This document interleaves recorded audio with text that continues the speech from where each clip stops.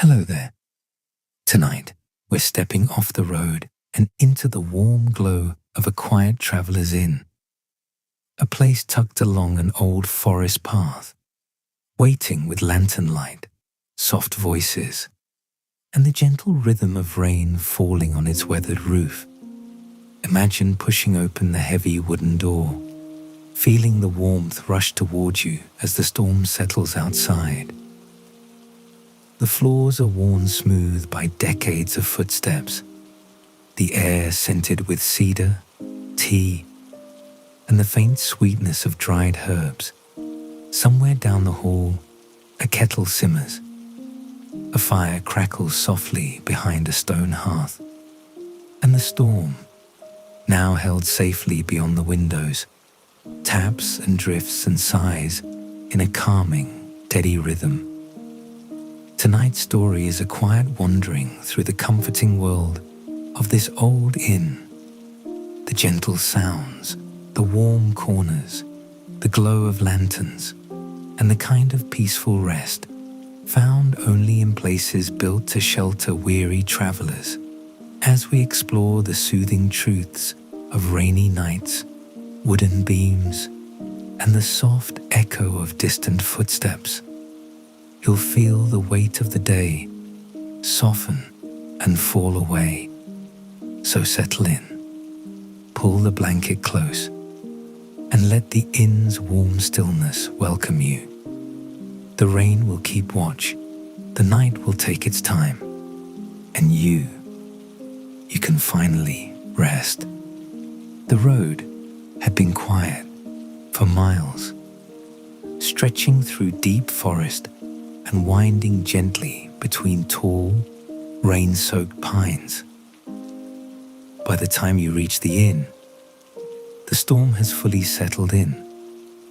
Not a violent storm, but the calm, persistent kind that lingers. The kind where the rain doesn't fall in sheets, but in long, delicate strands, each drop merging softly with the next. It is the sort of rain that softens the world, blurs its edges, and wraps the night in a cool, comforting hush.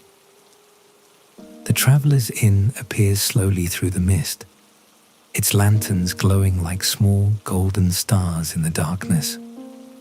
The building is old, made of weathered timber and stone, with a sloped roof that channels rain into quiet streams along its edges. Water trickles from the gutters, forming shimmering ribbons down the sides of the structure.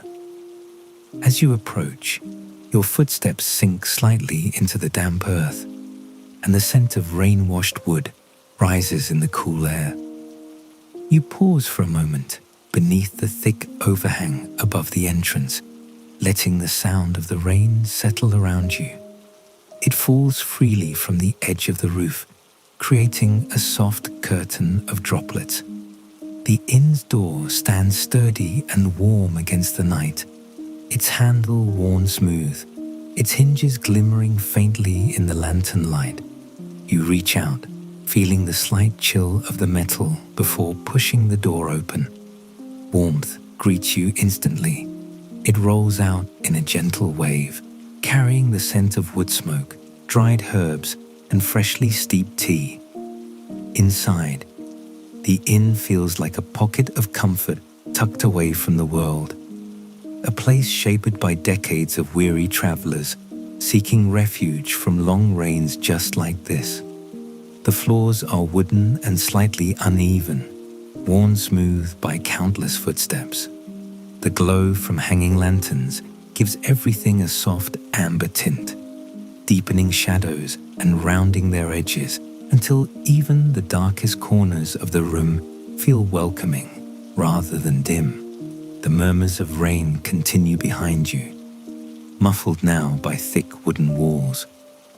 There is something deeply soothing about hearing the storm from inside. The gentle patter on the roof, the faint drip from the eaves, the distant rustle of wind pushing through wet branches.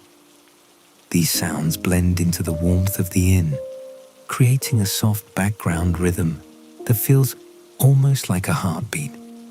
You take a slow breath, letting the warmth seep into your skin, into your shoulders, into the quiet spaces of your mind. The innkeeper offers a small, knowing nod from behind the counter. Not a greeting that demands words, but a simple acknowledgement, an unspoken welcome that says, "You're safe here. Rest now." You step further inside, your footsteps softened by the old woven rugs scattered across the floor. A long wooden bench sits near the entrance, draped with blankets for guests who arrive soaked from the journey. Hooks line the wall, holding coats and traveling cloaks, left by others seeking shelter from the storm. A low table holds a kettle resting on a warm brick, releasing gentle curls of steam into the air. Beyond the main room, the inn opens into a series of cozy spaces. A long hallway stretches toward the guest rooms, lit by lanterns placed at regular intervals. Their light spills softly onto the wooden floor, guiding you down the corridor like a gentle trail of stars. The walls are lined with framed sketches, portraits of travelers, mountains, forests, quiet landscapes, captured in pencil strokes. Each piece feels like a memory of someone who once rested here, someone who passed through on a night not so different from this one. But for now, you remain near the entrance, taking in the calm warmth of the inn. Rain streaks down the windows beside you, tracing slow, meandering paths across the glass. Beyond the distorted blur of droplets lies the forest, dark, drenched, and shimmering with mist. Yet from inside, it doesn't feel mysterious or distant. It feels like part of the inn itself, another layer of comfort, another part of the night that has come to keep you company. You run your fingers across the back of a wooden chair near the window, feeling the smoothness of worn grain. The chair creaks softly as you sit, settling into its familiar shape. The blanket draped across the seat feels warm against your legs, inviting you to stay a little longer, to listen a little more deeply to the rain. And so you do. For a few long moments, nothing else matters. Not the road behind you, not the road ahead. Only the steady rhythm of rain tapping gently against the roof. Only the soft glow of lantern light. Only the peace that comes from being sheltered, warm, and unhurried. You close your eyes.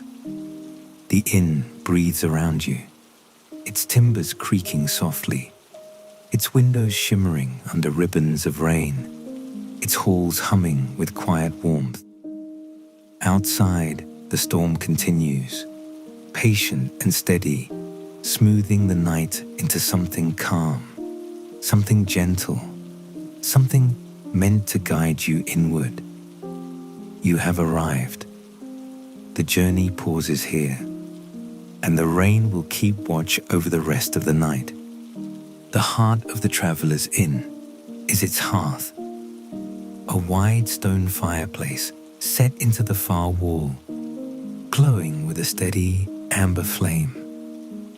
As you step toward it, the warmth wraps around you like a comforting hand, easing the last traces of chill from your journey through the rain.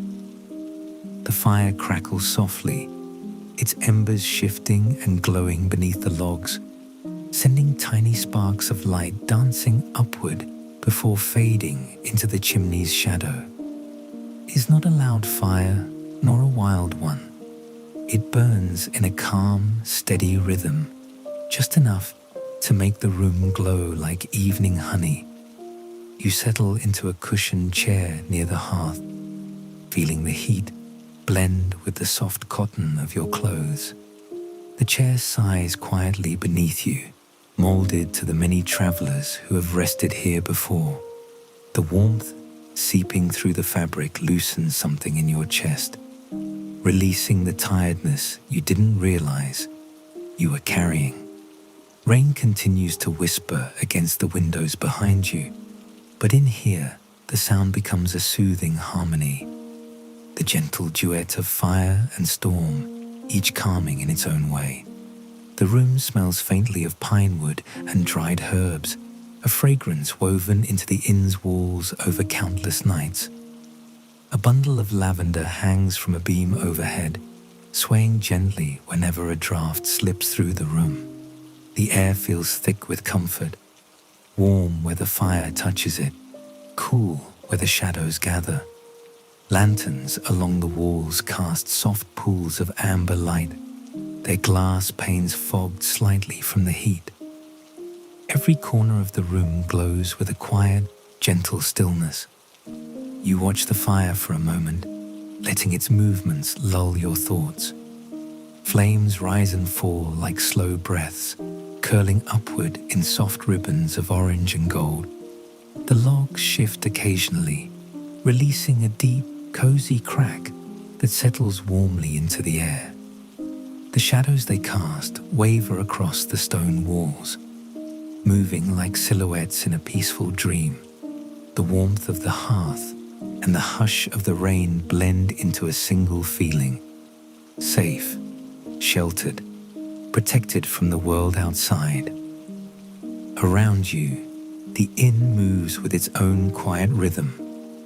A few guests speak softly at a nearby table, their voices low and unhurried. Their conversation is indistinct, like a gentle hum beneath the fire's crackle. Farther down the hall, you hear the faint creak of old floorboards as someone makes their way to their room, footsteps soft and measured. The innkeeper moves behind the counter, arranging mugs and checking the kettle. Even these small sounds feel soothing, reminders that you are not alone, but safely among others who also seek rest. The window beside the hearth fogs slightly as warm air meets cool glass. Through the blur, you can just make out the faint outline of the rain-soaked forest. The shapes of trees sway in and out of view, softened by mist and falling water. Occasionally, a gust of wind pushes harder against the window, sending a gentle rattle through the pane. But the inn holds firm, its timbers steady, its warmth unwavering. Inside, the storm becomes a lullaby, a soft backdrop for a night meant only for rest. You take a slow breath, feeling the warmth fill your lungs. The crackling fire seems to breathe with you, expanding with your inhale, settling with your exhale. The tension in your shoulders dissolves. Your legs sink deeper into the chair. The sound of rain falling from the roof becomes a comforting rhythm, like fingers tapping softly on a drum. Everything about this moment seems designed to quiet you. The light, the warmth, the fire, the rain. A pot of tea rests on the low table in front of you, still steaming gently. The innkeeper must have placed it there earlier, anticipating a guest who needed a warm drink. You wrap your hands around the ceramic mug, feeling its heat seep into your palms. The aroma of chamomile and honey rises, sweet and calming. You take a small sip, the warmth moving down your throat like a soft thread of light. It relaxes everything it touches. As you listen to the fire, your thoughts begin to drift. Not racing, not circling, but floating softly, like leaves on a quiet stream. Memories lose their edges. Plans lose their urgency. The inn feels like a boundary between you and the world. a safe pause in the middle of everything. Outside, the rain deepens its rhythm. Inside, the hearth glows with a promise of rest. Your eyelids grow heavy, your breaths grow slow. The warmth of the room gathers around you like a blanket. For tonight, the storm will watch the world outside. The inn will keep its lanterns glowing. And you only need to sit here by the fire, listen to its gentle song, and let its warmth ease you further into the night. After resting by the hearth for a while, you rise from the warm chair, still wrapped in its comfort, and walk slowly toward the inn's main hallway. The moment you step into it, the atmosphere shifts, not colder, not darker, but quieter, as if the inn itself is holding its breath. Lanterns spaced evenly along the wall cast pools of soft amber light on the wooden floor, each one glowing like a small star guiding you through the stillness.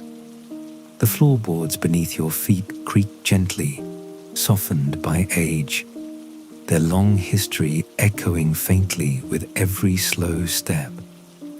The hallway smells of old pine, beeswax, and something warm and familiar, perhaps cinnamon lingering from a pie baked earlier in the day, or simply the scent of the inn itself, built from countless stories soaked into its walls.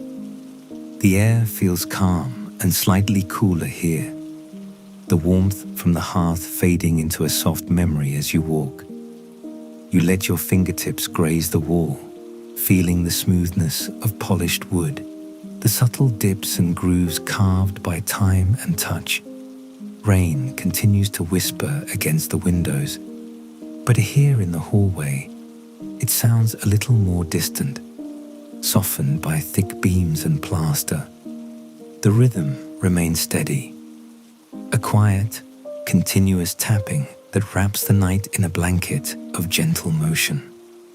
Every few steps, a new sound rises faintly from somewhere deeper in the inn, the muted clink of a teacup being set down in a nearby room, the soft rustle of blankets as a guest settles into bed, the muffled creak of a door closing carefully so as not to disturb the peace. Each sound feels like a small story unfolding behind closed doors. You pause beside a framed sketch hanging on the wall, a pencil drawing of the inn from what must be decades ago. The lines are gentle, almost shy, capturing the building from the forest path with a soft, nostalgic touch. In the picture, the lanterns glow faintly, the same as they do now, and the trees bend inward slightly, as though they, too, protect the inn from the world outside. The drawing feels like a memory, preserved not just by paper, but by the inn itself. Farther down the hall, another sketch catches your eye. A mountain ridge, drawn in delicate strokes, snow clinging to its peaks. Beneath it, a tiny traveler stands, cloak billowing in the wind. The image seems to echo the spirit of the inn, a place for the wandering, the weary, and the wondering. You move on, step by slow step, feeling the soft grain of the floor beneath your feet, the quiet hum of the lamps, the steady rhythm of the rain that never stops, only softens. A lantern flickers gently as you pass, its glow wavering like a heartbeat. Shadows ripple across the hallway walls, their movements smooth and unhurried. They bend and stretch softly, as if keeping you company. There's a peaceful intimacy in moments like these, walking alone through a hallway meant for many, yet feeling the comfort of every presence that has passed through before you. You sense the history of the inn, not in words or events, but in the quiet warmth that lives in its timbers. You reach a small alcove where a wooden bench sits beneath a window. A woven cushion rests on the seat, inviting you to pause. You sit, letting the stillness settle around you. The window beside you is fogged in soft patches, the cool outside air meeting the warmth inside. Through the blur, you can make out the silhouettes of pine trees swaying slowly in the rain. Droplets slide down the glass in winding paths, merging, separating, glimmering in faint streaks of silver as the lantern light catches them. You lean back and listen. The hush of the hallway blends with the faint murmur of life. Deeper inside the inn, a kettle whistles softly far away. A door shuts with deliberate gentleness. Somewhere above, a floorboard croaks under someone's careful tread. All of it is muffled by distance, softened by age, carried in the warm hush of a place built for rest. Your breathing slows naturally, aligning with the rhythm of the rain. The warmth from the lantern beside you touches your face with a golden glow, while the cool air drifting in from the window brushes lightly against your hands. The balance feels perfect, warm enough to soothe you, cool enough to keep you grounded in the moment. You realize that every sound here is meant to calm.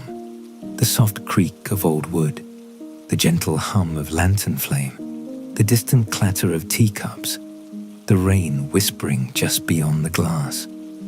The inn is alive with stories, but they move in a slow, peaceful way, like memories drifting in the quiet corners of a dream. And as you sit here, taking in the hush of the hallway, you realize that your own story has softened too. Nothing feels sharp or heavy. Everything feels slow, easy, softened by the night you stay for a while longer, letting the sound of the rain find its way deeper into your thoughts. The warmth of the lantern, the soft bench beneath you, the faint mist pressing against the window, all of it begins to wrap around your senses. When you finally rise, it is with a quiet, unhurried ease, as though the inn has smoothed the edges of your mind. The hallway leads toward a room prepared just for you, a place where warmth gathers, blankets wait, and the rain above the roof will lull you into rest. And as you walk toward it, the lanterns glow steadily, guiding you like soft stars through the night. Your room is waiting at the very end of the hallway, where the lantern light softens into a dim golden glow. The door stands slightly ajar, as if someone prepared the space moments before your arrival, leaving it open just enough to welcome you gently inside. When you step through, a warm hush folds around you, the kind of quiet that smooths the edges of thought, the kind that makes your breath slow without effort. The inn has many rooms, but this one feels special, as though it was always meant to be yours. The first thing you notice is the soft glow of a small oil lamp resting on the bedside table. Its flame bends gently with each tiny shift in the air, casting amber light across the wooden walls. The shadows it creates are slow and soothing, moving like calm waves against the grain of the timber. A thick wool blanket is neatly folded at the end of the bed, its deep blue color warmed by the lamplight.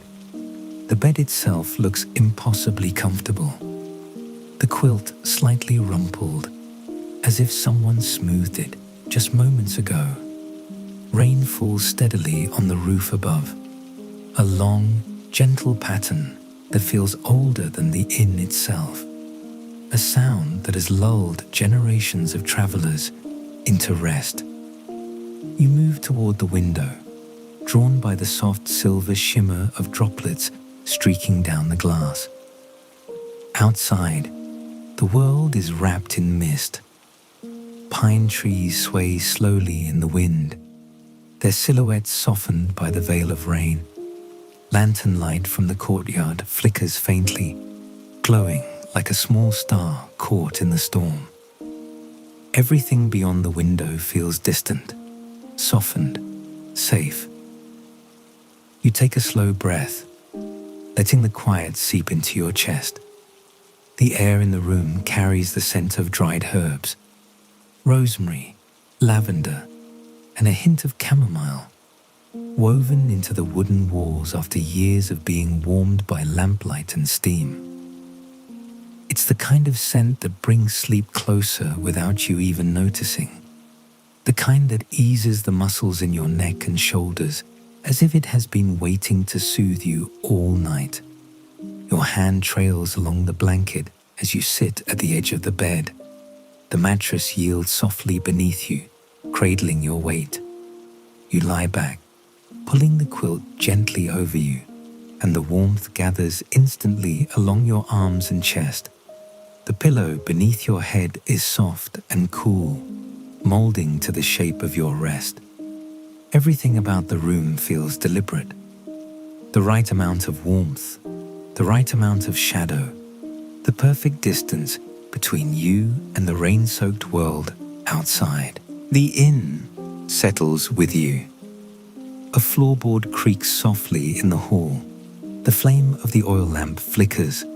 A distant door closes with a muted click. These sounds don't disturb you. They soothe you. They remind you that you are not alone in the night, that others are settling into their own rooms, their own warmth, their own quiet dreams. The inn breathes with its guests, holding everyone in a calm, steady embrace. You close your eyes. The rain becomes a soft tapestry of sound, long threads of rhythm woven gently through the silence. You hear the first drop, then another, until they blend into a continuous lullaby that settles deep into your mind. The storm above the roof feels patient now, unhurried, content to fall for hours. Each drop seems to soften your awareness a little more. Each pattern dissolves a little more thought. Your breaths lengthen. Your body sinks deeper into the mattress. Your thoughts drift like leaves on a slow-moving river. Here, in the safety of the traveler's inn, there is nothing left to do. No path to walk, no journey to finish.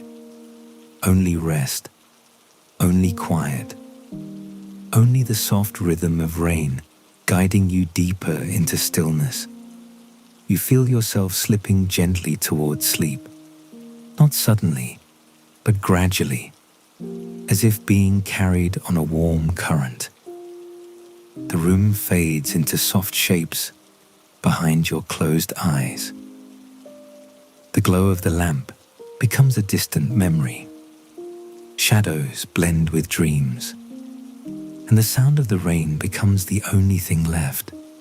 Steady, calm, constant. You are warm, you are safe, you are sheltered by the inn, held by the storm, wrapped in the soft